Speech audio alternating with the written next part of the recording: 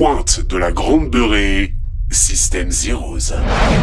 Et nous sommes en direct encore avec Étienne et on peine encore à comprendre comment la carapace de Sassa a pu se fendre aussi rapidement. Ptolème, je vous interromps. Oui, allez-y, Célestino. La principale intéressée est à notre micro. Sassa, bonsoir. Merci de prendre le temps de répondre à nos questions.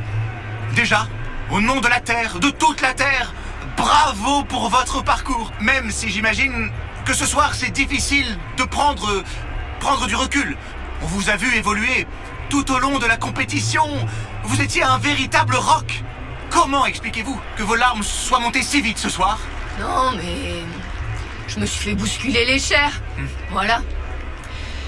J'avais le pressentiment qu'il m'attaquerait en français. Je voulais neutraliser son effet de surprise. Bien sûr. Il m'a contré. Basta. Et qu'est-ce qui a fait la différence? Je le porte pas dans mon cœur, hein. Mais Peter, c'est un champion. Ouais. La différence, elle est là. On vous a vu très percutante sur votre entame de langue, au point même de switch off votre adversaire. Alors, c'est quoi? C'est le stadium Valav qui s'enflamme contre vous? C'est ça qui vous a fait craquer ce soir? Est-ce que ce sont ces allusions au contexte actuel? Non, contexte actuel. Non, je sais pas. Au jour d'aujourd'hui, c'est trop tôt pour se pignoler l'olive. Ah oui. On s'était préparé au fait que... comment dirais-je? Au fait qu'ils puissent nous attaquer sur le plan géopolitique. Pas assez. De toute évidence.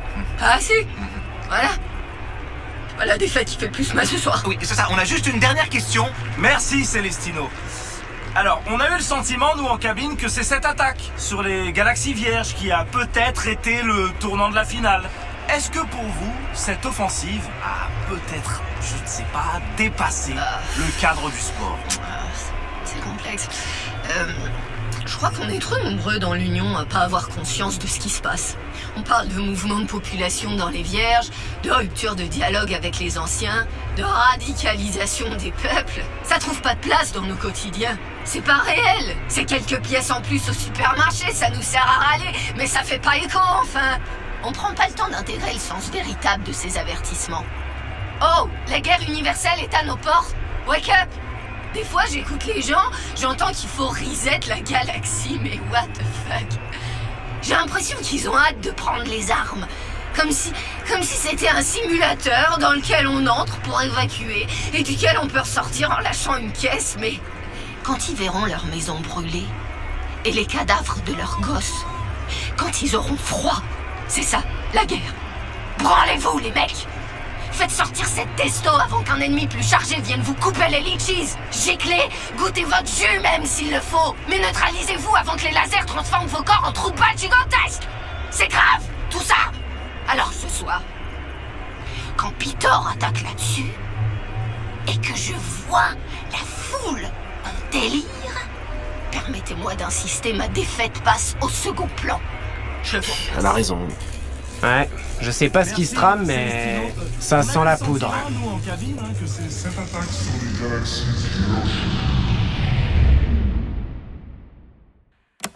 Vierges.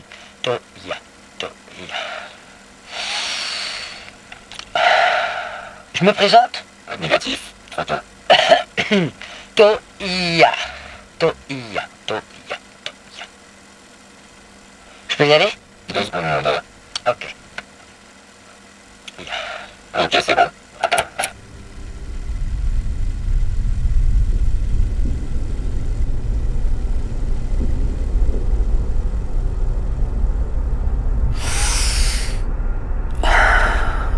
Toya. La toile. C'est comme ça qu'on appelle cet univers dans lequel vos oreilles se baladent. Un tissage méticuleux de peuples, de systèmes, d'alliances et d'intérêts. Le croisement de générations millénaires dans un environnement qu'aucun être n'a jamais su délimiter. En Jam, la plus vieille langue du monde connu, on dit Toya ou Dewan. La toile, c'est les vivants du vide. Pour saisir la complexité de cet ensemble, il nous faut connaître son histoire majuscule.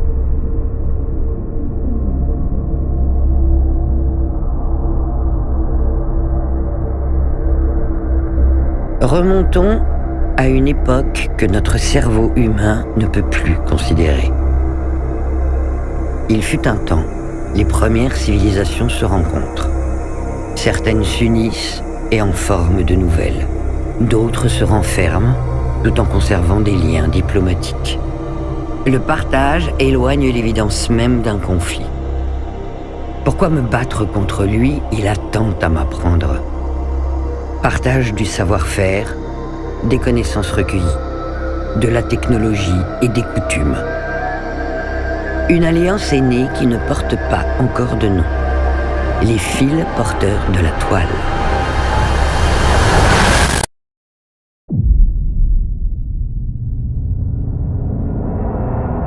La découverte du premier trou de verre est un tournant sur la frise. Une étincelle qui propulse toutes les recherches scientifiques plusieurs siècles en avant. Qualité de vie, terraformation, planétologie, sciences de l'univers et du temps. Mais toutes les avancées que ce phénomène entraîne s'accompagnent d'autant de questions laissées sans réponse. Les sources de l'époque s'accordent toutes sur un point. La découverte du premier trou de verre aurait pu mettre à mal le fragile équilibre des peuples.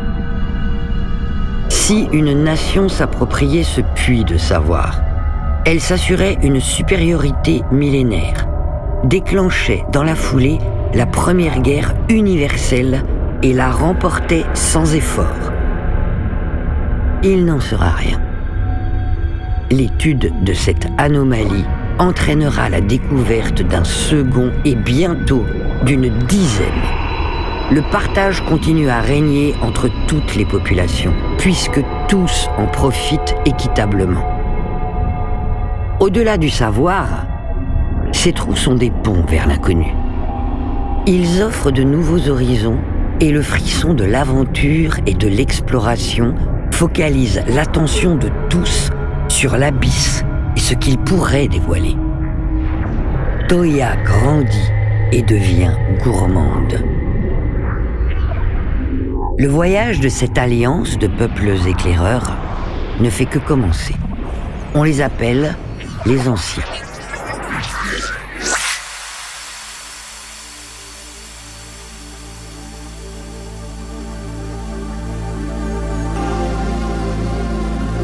Il existe un ailleurs, à l'autre bout de la toile.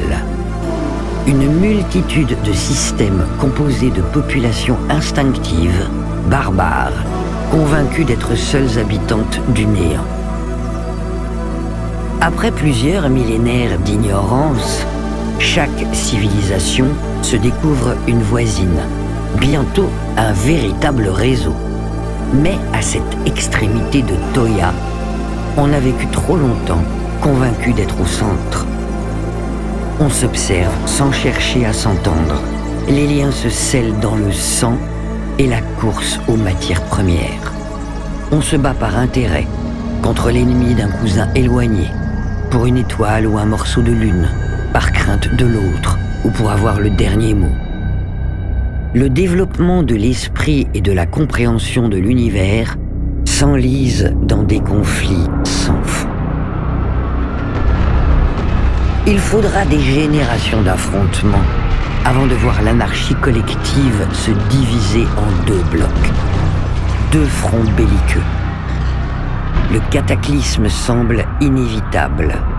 On parlera bientôt de guerre totale. Mais la toile est vaste. L'apparition des Anciens dans ce coin reculé de l'univers bouscule leurs croyances. Ces êtres, sortis de la nuit étoilée, nombreux et juchés sur leur vaisseau, à la pointe d'une technologie semblant tenir de la magie tant elle est supérieure. Sont-ils là pour marquer leur territoire? Pour les coloniser? Un mouvement de solidarité traverse les deux blocs furieux. Pour la première fois, ils ont une cible commune vers laquelle tourner leurs canons. Ils fondent l'Union protectrice universelle, scellé autour du commerce et d'une flotte collective. La FU, Alliance défensive, qui sera la première à ouvrir le feu.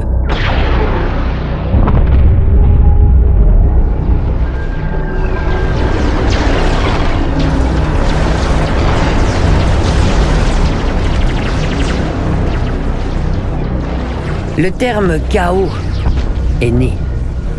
Un massacre à sens unique et de courte durée. Car si les anciens n'ont jamais développé l'art du combat, il leur faut peu de temps avant de devenir d'implacables machines de destruction. En quelques semaines seulement, l'Union est terrassée. Des planètes réduites en poudre de carbone calciné et des populations entières éteintes.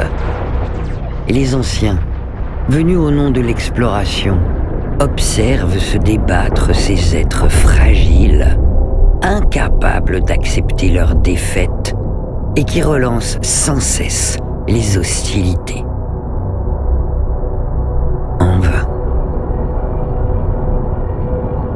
Partout dans les capitales de la vieille toile, des intellectuels se lèvent pour mettre fin à cette mascarade.